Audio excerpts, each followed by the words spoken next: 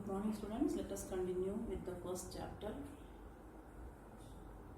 We are going to discuss about uniform linear motion and uniform circular motion. Look at an example. A body starts from here and it travels along a straight line. In every 1 second, the body is traveling 10 meter. First 1 second, 10 meter it travels. Next 1 second, again 10 meter. Next 1 second, again 10 meter. So this body has a uniform speed because it is covering equal distance in equal time interval. So its speed is uniform. What about its velocity? Velocity is a vector quantity. Since body is covering equal distance in equal time interval in same direction, the body has a uniform velocity. A body which has uniform velocity will not have any acceleration because acceleration is rate of change of velocity. Your velocity is uniform, no change in the velocity, so it has no acceleration. This type of motion is known as uniform linear motion. So the definition for uniform linear motion is when a body travels with uniform speed along a straight line, that motion is known as uniform linear motion. Now let us see uniform circular motion. Again consider an example. This is a stone tied with a string, and by holding at the point O, you make this stone to whirl in a horizontal plane. Stone is making a circular motion. Then I have shown 4 different positions during the motion. 4 different positions I have shown here: A, B, C, D. Means the body makes the motion in this way. Okay, suppose the starting position is A. It travels 50 meter in the first 1 second and reaches at B. Next 1 second, again 50 meter it covers. Next 1 second, again 50 meter. Next 1 second, again 50 meter, and it goes on like this. So what kind of speed this body has? It is covering equal distance in equal time interval, so its speed is uniform. But what about its velocity? Its direction is not same. In this, the body was moving along the same direction. Here the direction changes. How you will find out the direction of motion or direction of velocity in this case? For that you have to draw the tangent. How to draw the tangent you have studied in mathematics. For example, when the stone is at A, its direction of motion is this. This is the tangent. When the stone reaches at B, this is the direction of motion. When stone reaches at C, this is the direction of motion.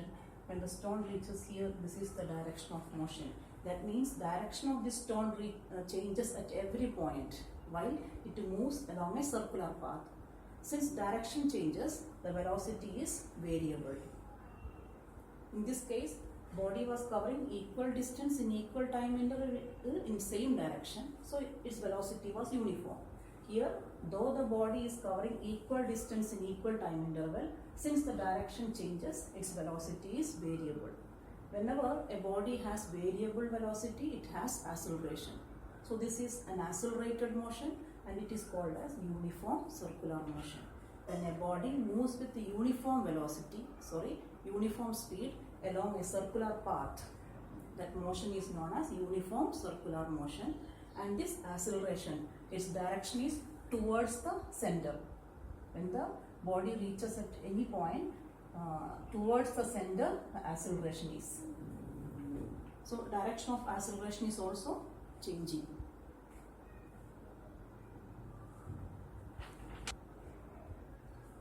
Next topic, centripetal force. Again take the same example. A stone tied at the end of a string makes uniform circular motion. And we have seen that the direction of motion changes at every point. The tangent gives the direction of motion as well as direction of velocity.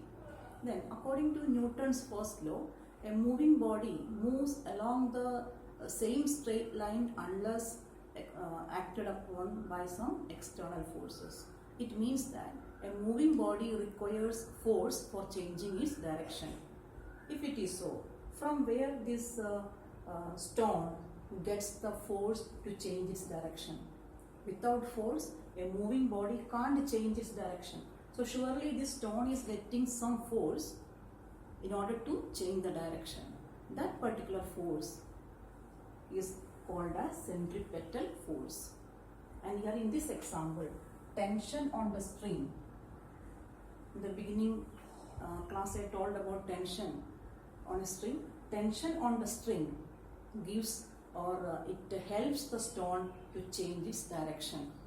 So there is a general name for this type of forces which helps a body to change its direction, that is centripetal force. In the case of the stone, tension force helps to change the direction, or tension force plays the role of centripetal force. Let us see some more examples. How the planets move around sun. They also have to change the direction from where they get the centripetal force. It is the gravitational force between the sun and the planet. How electrons revolve around the nucleus. It is the electrostatic force of attraction between the electrons and the nucleus. In this way, in textbook several examples are given. Moon. How moon moves around earth. There the centripetal force is given by the gravitational force between the earth and the moon. So conclusion is this: without centripetal force, a moving body can't change its direction. Then this centripetal force, its direction is towards the center. Direction of centripetal force is towards the central, and that centripetal force, its value depends on the speed of this body and mass also. I mean, if the speed of motion increases, more centripetal force will be required.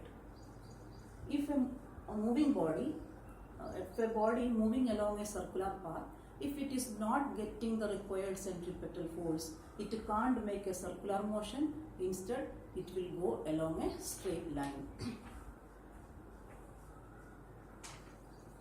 Then we can see some examples. Suppose you are holding at this point and making this stone to make circular motion, uniform circular motion.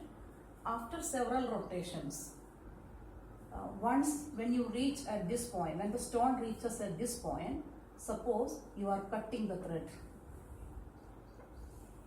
then will the stone continue the circular motion? Never. Instead, it will go along a straight line. Then can you explain why it could not continue the circular motion after cutting the thread? Answer is, here when the thread is cut, the centripetal force is not available.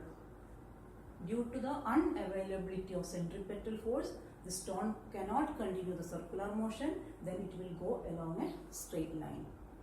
Many life examples we can give. You might have heard during the rainy season, the vehicles, skidding of vehicles take place.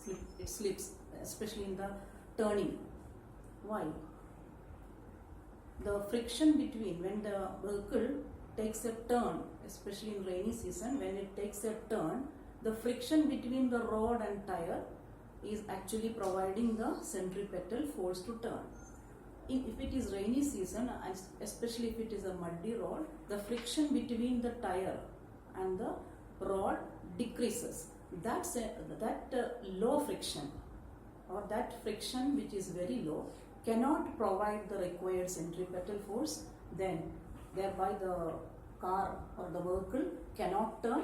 Instead, it will go along a straight line. That is what we call as skidding of vehicle. Saying like this, here due to unavailability of centripetal force, the body makes linear motion.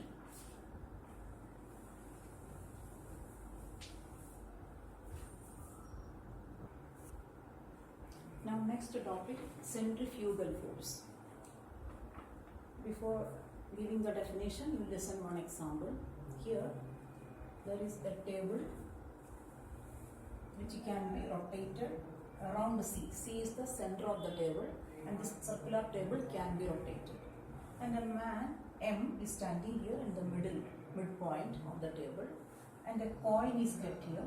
A coin is placed at the edge of the table, and this table is rotated at certain speed. Okay, beginning with a low speed, and step by step speed will increase. So as the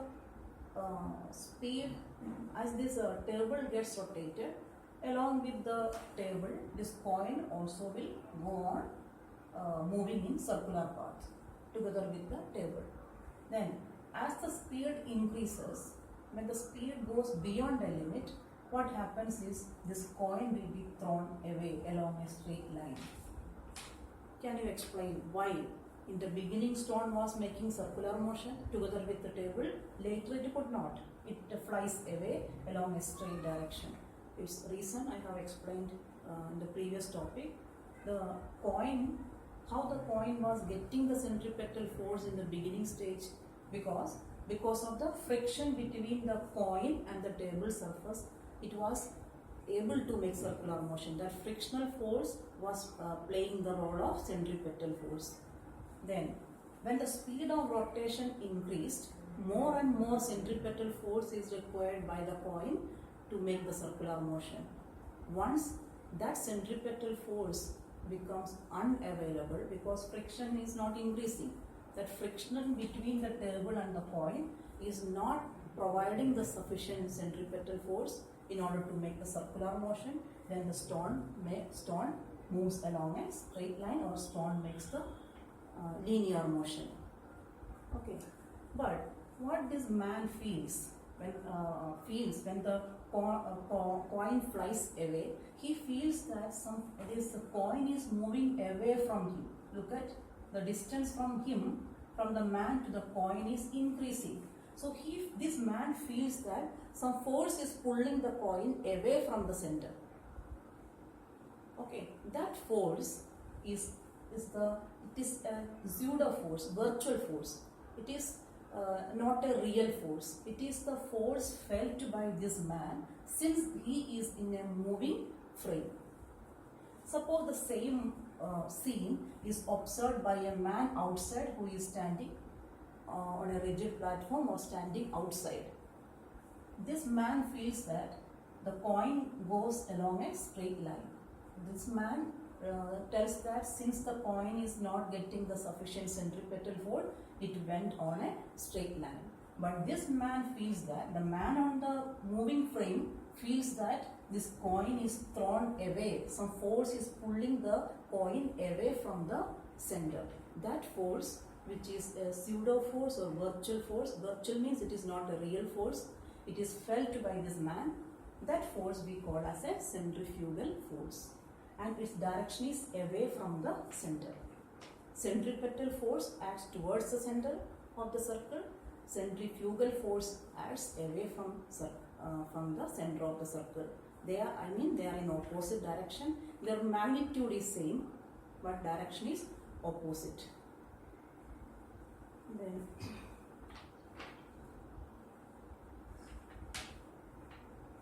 the centripetal and centrifugal force are in opposite direction, but they are not action and reaction forces.